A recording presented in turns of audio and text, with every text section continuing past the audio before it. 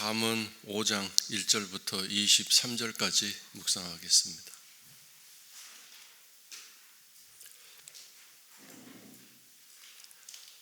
내 아들아, 내 지혜에 주의하며 내 명철에 내 귀를 기울여서 신을 지키며 내 입술로 지식을 지키도록 하라.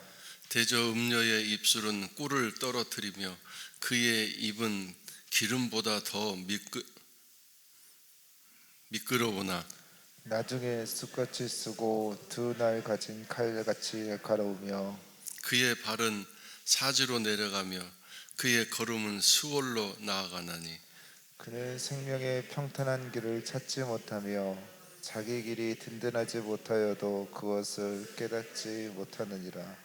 그런즉 아들들아, 나에게 들으며 내 입의 말을 버리지 말고 내 길을 그에게서 멀리하라. 그의 집 문에도 가까이 가지 말라. 두렵건대 내 존영이 남에게 잃어버리게 되며 내 수완이 잔인한 자에게 빼앗기게 될까 하노라. 두렵건대 타인이 내 재물로 충족하게 되며 내 수고한 것이 의인의 집에 있게 할까 하노라. 두렵건대 마지막에 이르러 내 몸, 내 육체가 쇠약할 때에 내가 한탄하여 말하기를 내가 어찌하여 훈계를 싫어하며 내 마음이 꾸지람을 가벼이 여기고 내 선생의 목소리를 청종하지 아니하며 나를 가르치는 이에게 귀를 기울이지 아니하였던고.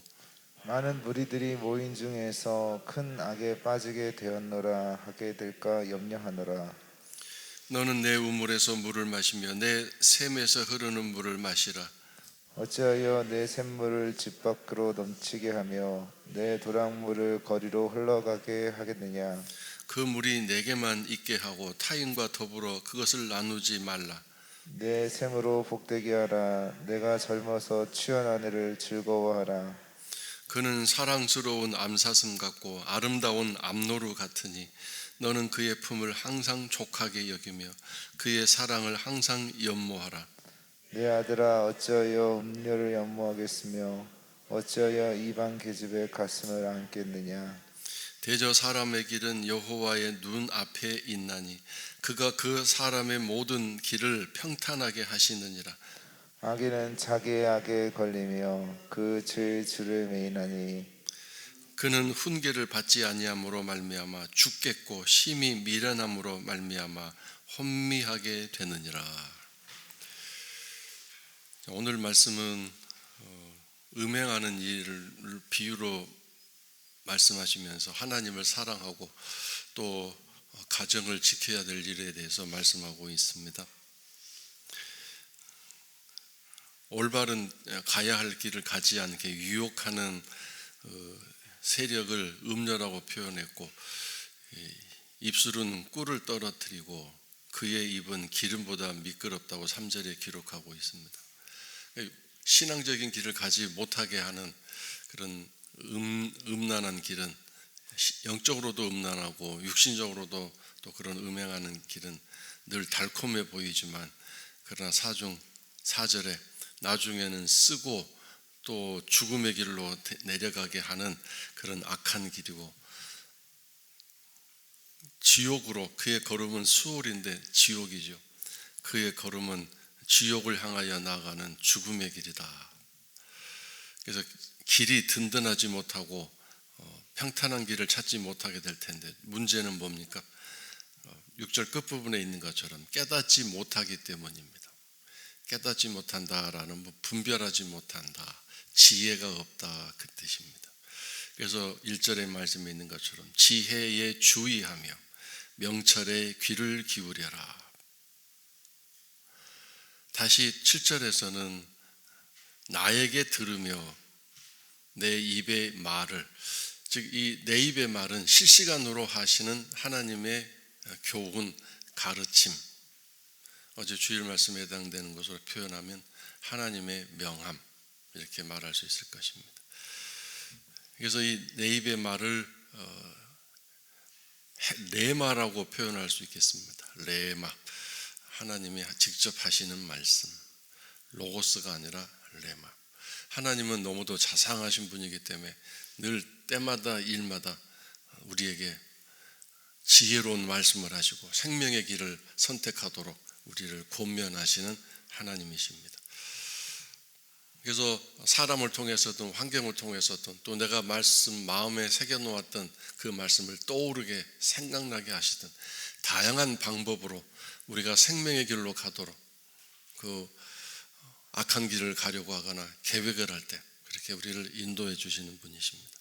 특별히 우리 마음에 말씀을 많이 새겨놓으면 그만큼 하나님이 성령님을 통해서 일하시기가 편하기 때문에 또 마음속에 새겨놓은 그 말씀을 떠오르고 생각나게 하실 수 있기 때문에 굉장히 우리를 돕기 편하실 것입니다. 그래서 늘 말씀을 마음에 새겨놓는 일, 늘 하나님이 하시는 말씀을 들을 수 있는 준비가 우리 안에 있어야 하겠습니다. 자, 그리고 이렇게 음행하고 음란한 길을 가게 되면 9절에 있는 것처럼 내 존영이 남에게 잃어버린 바 되며, 즉 명예가 사라지게 되고 또 생명을 잃는 일까지도 일어나게 될 것입니다. 즉 가야 할 정상적인 길을 가지 않고 늘 엉뚱한 길을 가게 되면 하나님이 지켜주시고 보장해 주시는 그런 삶을 살지 못하기 때문에 삶이 불안전해지고 또 생명이 보장되는 길을 갈 수 없다는 뜻입니다. 물질도 빼앗기게 될 것이고 또 수고하여 모든 쌓아놓은 것들이 빼앗기는 일까지 일어날 수 있을 것입니다. 그래서 이제 11절에 보면 후회하고 한탄하죠. 내가 왜 지난날 훈계 듣는 것을 싫어했는가? 내가 왜 내 마음이 꾸지람 듣는 것을 가벼이 여겼는가? 하나님이 하시는 꾸중, 훈계를 가볍게 여기고 하찮게 여기고 별 대수롭지 않게 여기다가 이제 어려운 일을 당하고 나서 그렇게 후회하고 한탄하는 거죠. 마치 부자와 나사로와 같이 그 부자가 나중에 음부에 내려가서 내가 왜 평소에 나사로를 귀중히 여기지 않았던가? 또 나사로는 지금 낙원에서 나를 바라보고 있는데 그래서 후회하고 한탄하면서 나사로를 저 땅에 있는 살아있는데 형제들에게 보내주십시오. 그 형제들이 이 음부에 오지 않도록 나사로가 가서 번면하면 잘 들을 것 같습니다. 그랬더니 아브라함이 거절했죠. 나사로가 가도 너희 형제들은 안 들을 사람은 안 듣는다. 들을 사람은 저 땅에 있는 선지자들의 하는 말을 들을 것이고 나사로가 갈 필요 없다. 이렇게 거절하지 않았습니까? 그래서 오늘도 하나님 말씀을 들어야 되는데 훈계하는 것, 내 마음의 양심을 찌르는 그런 책망을 우리가 가볍게 여겨서는 안 되겠습니다. 13절 내 선생의 목소리를 청종하지 아니했고 나를 가르치는 이에게 귀를 기울이지 아니했다. 가르침 받는. 그래서 늘 이런 말씀을 통한 가르침과 훈계 잘 듣고 그 훈계와 꾸지람을 가슴에 새겨서 그 지시하시는 생명의 길로 가고자 하는 끝없는 열심과 수고가 내 자신을 쳐서 말씀에 복종시키는 그런 일들이 있어야 되겠습니다. 나중에 꼭 후회하게 된다 그 얘기죠. 많은 무리들이 모인 중에서 큰 악에 빠지게 되었노라 하게 될까 염려한다. 자, 이게 뭐냐면 재판받는 상황을 말합니다. 많은 사람들이 재판정에 모여서 구경합니다. 근데 그 가운데 죄인으로 서서 이제 판결을 받는 상황이 일어나는 그것을 이제 여기에 써놓았습니다. 그래서 오늘 이 순간 현재 내가 하나님 말씀을 듣지 않고 순종하고 또 그 말씀 따라가지 않으면 언젠가 재판정에 서서 죄인의 심판, 판결을 받는 일이 일어나게 될 것이라는 말씀입니다. 우리가 하나님 말씀대로 살지 않는 것, 그것이 가장 중요한 죄가 되고 그 죄의 모든 처음부터 마지막이 되기 때문입니다. 하나님 말씀. 자, 15절에서는 가정, 아내를 소중히 여기고 너에게 주신 현재의 복을 잘 유지하고 감사히 여기고 관리해라, 그 뜻입니다. 네가 쏟아야 할 사랑과 관심을 왜 집 밖으로 허튼 대로 가서는 안 될 것으로 쏟아 나누어 집 밖으로 넘치게 하느냐. 그래서 너의 집에 있는 아내와 또 가정을 기뻐하고 즐거워하고 소중히 여기고 사랑하고 잘 유지해라. 그것이 밖으로 흘러넘쳐서 사망의 길, 주신 복을 다른 데로 흐트러뜨리는 어리석은 삶을 살아서는 안 된다는 얘기죠. 이 말을 하나님이 주신 복을 나만 누리자라고 오해하고 잘못 해석해서는 안 되겠습니다. 아내와 가정을 향한 남편으로서의 사랑, 물론 아내도 여자도 마찬가지겠죠. 내가 마땅히 사랑할 사람을 사랑하지 않고 다른 엉뚱한 것을 사랑한다는 것은 말이 안 되는 얘기겠죠. 다음에 마지막으로 21절은 사람의 길은 여호와의 눈앞에 있다. 이걸 잊지 마십시오. 내가 살아가는 모든 삶의 모든 순간순간이 하나님 눈을 벗어날 수 없습니다. 하나님이 다 보고 계십니다. 다 알고 계십니다. 그리고 하나님은 사람이 가는 모든 길을 평탄하게 해주고 싶어 하시는 분이십니다. 평탄하다라는 말은 순탄하게 잘 가다, 어려움 없이 고생 없이 잘 가다, 그런 뜻입니다.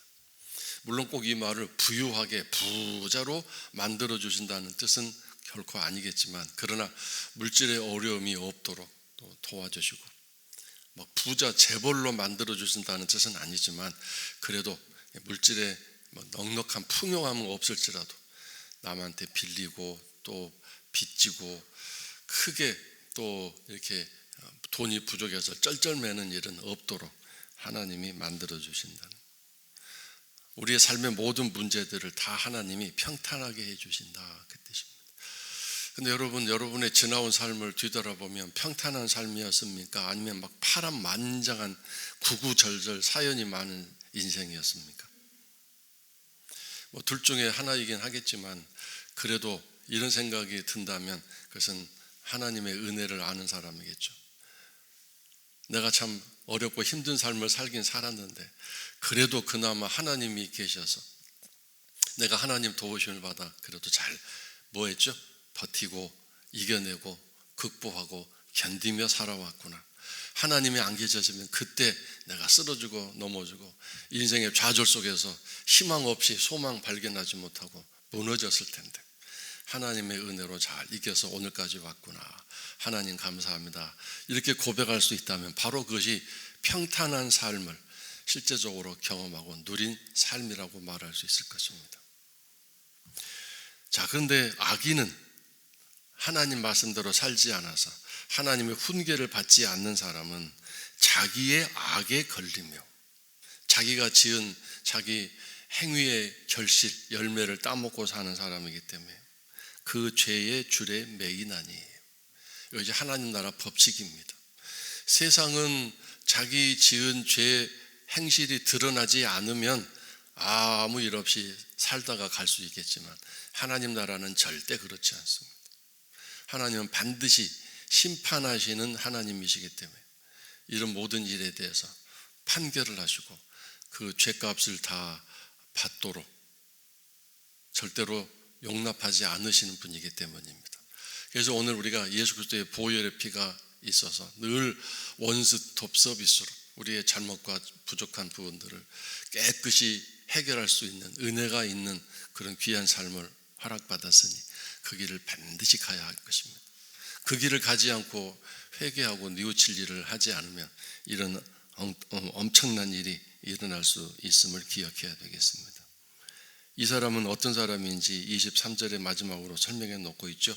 그는 훈계를 받지 아니하므로 그대에서 심히 미련한 사람이 되어서 혼미, 무엇이 옳은지를 선택하지 못하는 그런 정신이 나간 사람처럼 살았기 때문이다, 이렇게 말씀하셨습니다. 그래서 오늘도 우리가 이 하나님 말씀 묵상하고 또 하나님 훈계를 받는 그런 자녀로 살겠다고 결심하고 이 새벽에 나왔습니다. 하나님께서 우리를 깨닫게 하시고 가르치시는 성령의 인도하심이 내 마음 속에 일어날 때에 그 말씀을 잘 분별하고 깨닫고 듣고 그 길을 선택해서 내 육신의 삶을 늘 쳐서 복종시키는 그런 충성과 성실한 삶을 오늘 하루도 잘 살아가시기를 주의 이름으로 축원합니다.